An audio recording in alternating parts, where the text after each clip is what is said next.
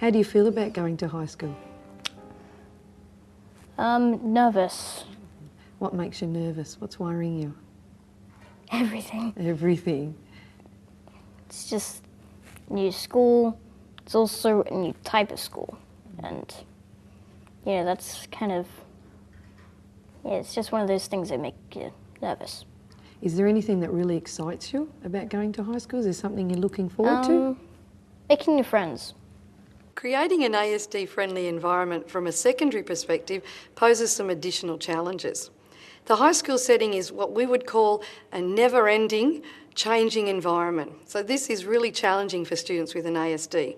If you think about the fact that they're expected to change classrooms every 45 to 50 minutes, and in doing that they have to change classroom teachers, they have to shift their attention from one subject to another subject in a very short space of time. There's also a lot of increased movement and a lot of extra noise in a high school situation. So these factors alone really raise some significant issues.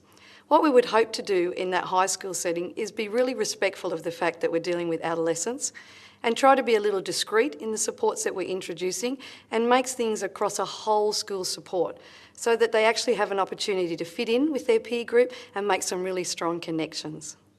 Often teachers will have 150 kids that they're working with, and it's really difficult for me to personally go around and talk to them. So I actually provide them with a folder of information, and in this folder it actually outlines all the students with disability, particularly the students with ASD, and then the teachers can actually have a look at their class list, line it up. Then all this information is actually available online for staff, so when they get a chance they can identify what kids they've got and they can go through the folder. The other thing that's been really important about these folders, other than teachers knowing who the kids are in their classes, is actually giving them additional information about students with autism or Asperger's. So every staff member in our school actually gets a whole pack, because they're often going to be in the yard and the kids will be, maybe having a meltdown in the yard, and they'll actually have some strategies of how to deal with that child, even if they don't personally know it. So it really is empowering the staff with information. Things like colour coding the timetable, because abbreviations are really complex things to follow on a timetable, matching that colour coding up with the covers of books, colour coded in exactly the same way, taking that to another level and ensuring that we have that colour coding in their lockers so that they know where their books sit when they're actually not being used. The use of an organisation folder is a wonderful support in a secondary setting. Students only need to carry the books that they're using for that particular block with them.